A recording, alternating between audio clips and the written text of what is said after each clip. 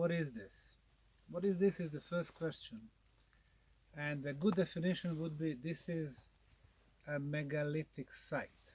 Not only megalithic circle, it's much more than that. It is a megalithic site.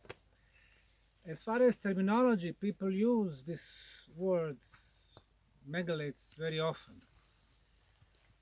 Megaliths comes from Greek two words, mega, big, lithos, stone, big stones. When we visited the first stone circles the other day, I told you these are not megaliths. They should be 1 ton up. Over there we had 50 kilos, 200 kilos, 500 kilos. What do we have here today at Adam's Calendar site? Our stop number 3 was the stop that last year he mentioned as the quarry. Actually, it is everything else but quarry. This place here, both these places have big stones. For example, the Horus stone, as Michael called it, it is more than 12 tons. The other ones over there, when I was measuring, there are about 200 stones at that particular area. They were reaching also about 13 tons. Since they had been used to form circles and other geometrical shapes, then we can call them megaliths. Now, if you want, we can quickly calculate what is the mass of this stone here. It is about 2 meters long. Here is about 1 meter 20, 70, let's say 2 meters by 1, it's 2 square meters. The thickness probably reaching 70 centimeters. So 2 square meters times 70, it's 1.4 cubic meters. And here we have dolerite, which is about 2.5. So 1.4 times 2.5, it's about 4 tons. 4 tons, 4,200 kilos. This one here. Now, one of the questions of archaeology is how? In this particular case, how would they transport them? If it is more than 100 meters, if we are talking kilometers, then it becomes an issue, a logistic. How do you transport tons and tons without the transportation means, without the wheels, without any other technological devices? So you have to have technology, because one person can lift 50 kilos. For 4 tons, 4,000 kilos, you would need 80 persons. It's just too much. You don't do that with the ropes. You can, but kilometers and kilometers, you lose the shape, you damage it, and so on. So there was a technology involved. Now when we see how many megaliths we have here, that was advanced technology. We don't do this stuff unless they are necessary for you to survive. And people thousands of years back, of course, most of their time would go to find the food, to find the drink, to find the shelter. And that was full day work. Here, when it comes to question what was the purpose, of course, this is the ancient megalithic sites, it's always multi-purpose. Now we heard that this material here is a dolerite. Now, this is a very important fact. When it comes to the hardness of material, the most common scale that's been used is Mohs scale. Mohs scale is a scale from 1 to 10. Number 1 is a talc, like a chalk. Number 2, gypsum. Number 3, copper, gold. And then you go to 5 and 6 and 7. Granite, 6 to 6.5. Iron, 5.5. Dolerite, 7. Diamond, 9. However, this scale is really a relative scale. So from 1 to 9 is not a difference that diamond is 9 times stronger than talc. The difference is actually from 1 to 100,000. So when you have dolerite, you have to have advanced tools to shape it. And obviously some of those pieces have been shaped. When you shape something hard like this, you have to have a tool which is more superior?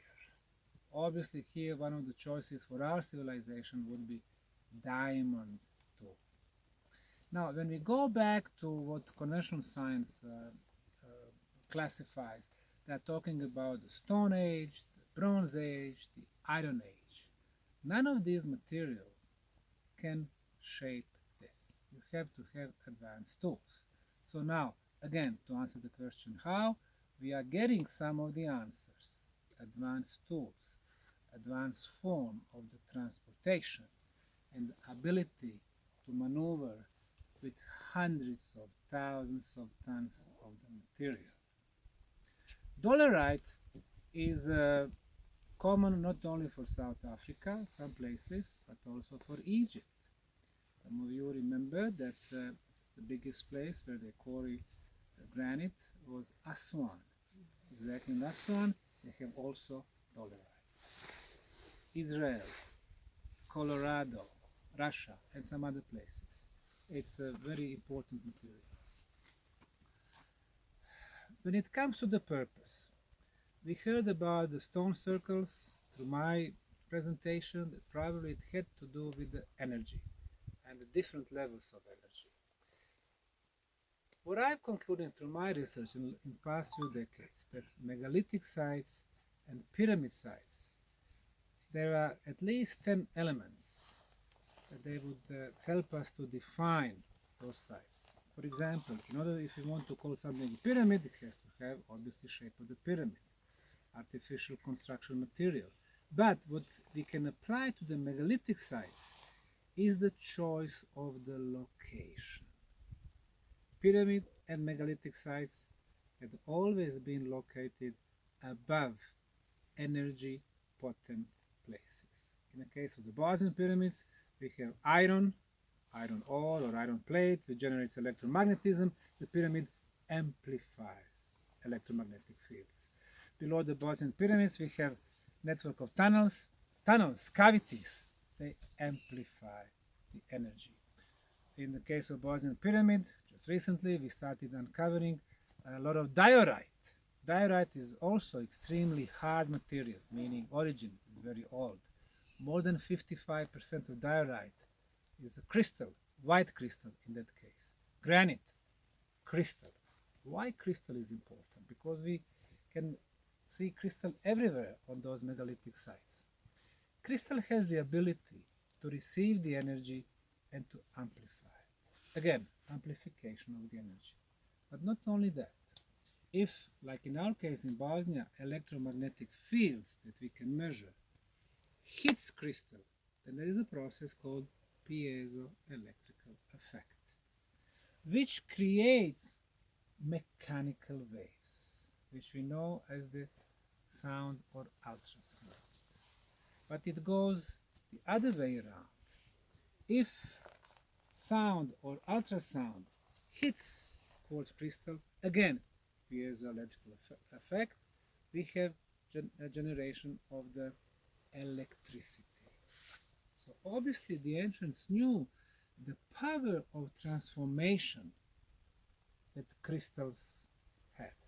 Very important element. Next important element to amplify the energy, elements of sacred geometry. I think it will be very important to find out which elements of sacred geometry we can find out here. Is it again golden ratio? Is it the number pi? And then of course important geometrical shapes, hexagonal, octagonal, equilateral triangle, and so on. The next important element, volcanic lines. We have realized once you analyze 75 sites in the world that most of them are, actually all of them are located above intersection of great number of volcanic lines. And very closely connected to them are meteorite impact sites.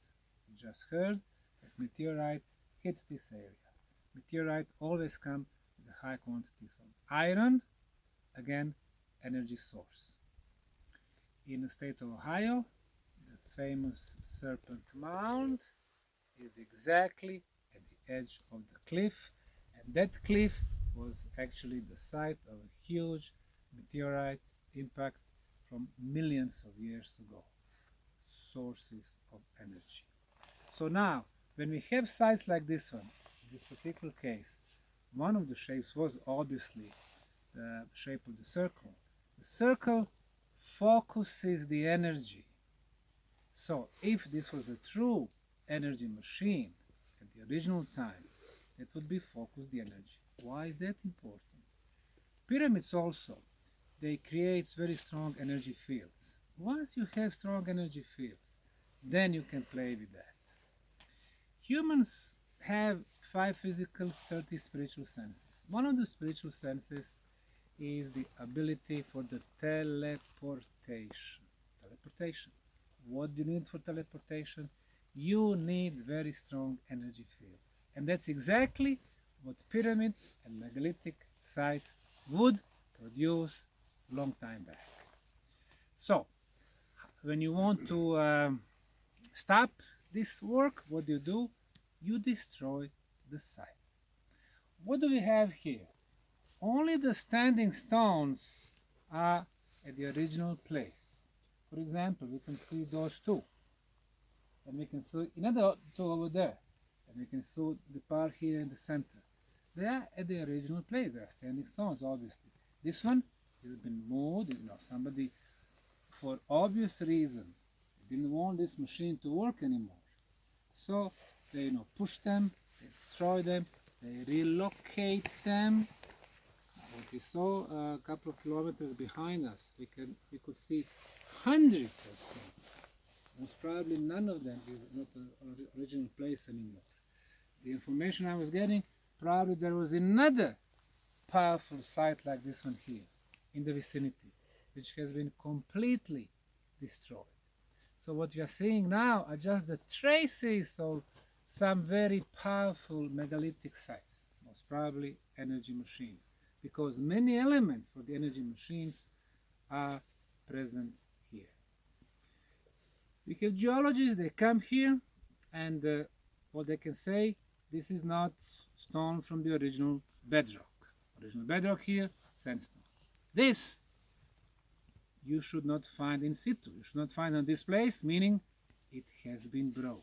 Very important, because here you have thousands and thousands of tons that has been brought here. But they don't have creativity, or they are not brave enough to claim, hey, there was very advanced civilization who was obviously playing with the energy fields over here. Secondly, you have independent researchers, especially generations from 1990s, led by people like Graham Hancock, Shaw, John Anthony West, Boal, David Hatcher, and many more of them. Very important for the promotion of the sites, megalithic sites, pyramid sites, because they were not happy with the explanation given by the conventional science. So, very important. However, it's 2019 now. What we have to recognize is that those people are not scientists. They do not apply scientific methodology. They go from site to site, Göbekli Tepe, Yonaguni, and so on. They don't do lab analysis. They don't sample. They don't test the samples. They don't do radiocarbon dating. They don't do energy measurements whatsoever. They are not scientists. When they come to sites like this one here, probably when they hear about Adam's calendar, they would come here thinking, okay, we're going to find another Stonehenge.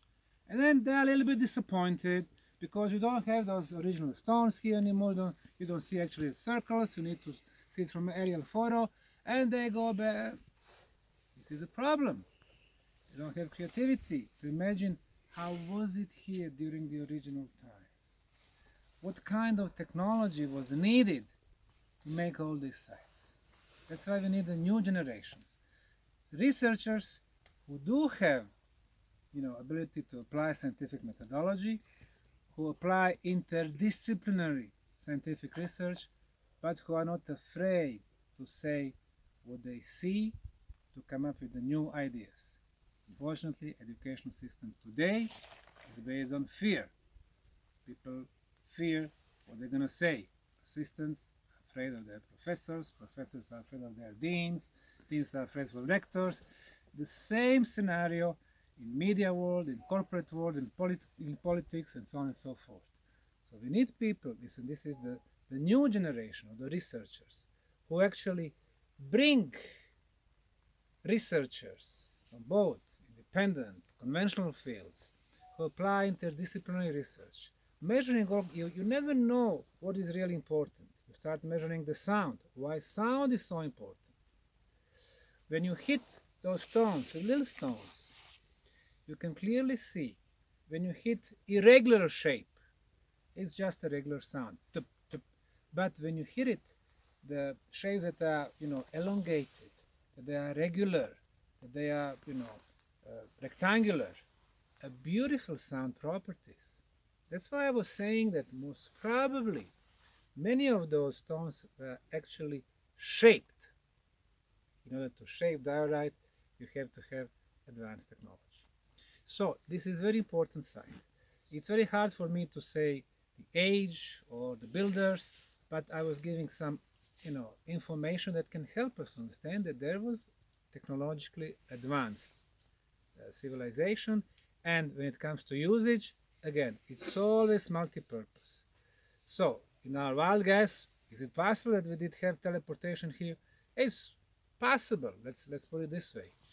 Some other very obvious stuff, astronomical features, calendar features.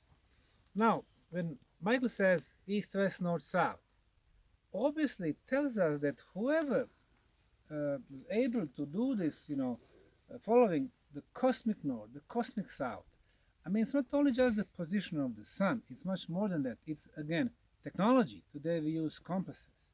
Compasses officially from the 13th century. Of course, Chinese had them much before that, but we had on this planet much before that also. But even more important, when you follow the sun and you have summer solstice, winter solstice, spring equinox, fall equinox, you follow the sun, which is the most important cosmic body in our solar system. Sun gives us warmth, gives us light, gives us life, gives us information. The second thing what researchers here should do is to see if there is if the circles, if it follows the movement of our moon, because the lunar movement, this is our second most important cosmic body in our solar system. It's not the second biggest, but it's second important because of the influence on our planet. Then a few other planets. Why is that important? Well, once you have cosmic coordinates of the sun during 4 most important dates, 4 seasons, equinox, and so on. Once you have 4 lunar movements, with that you define the position of this planet. So if you are coming from above and you see, okay, spring equinox, summer solstice, lunar movements, this is the planet Earth. So it was much more than, looking what's above, but also if you are looking from above down. That's why I would say that these astronomical features are very profound, and I think there are many more of them.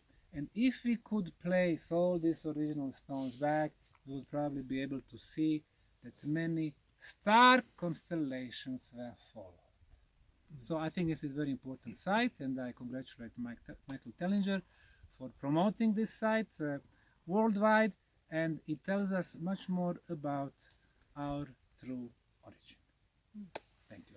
Thank you.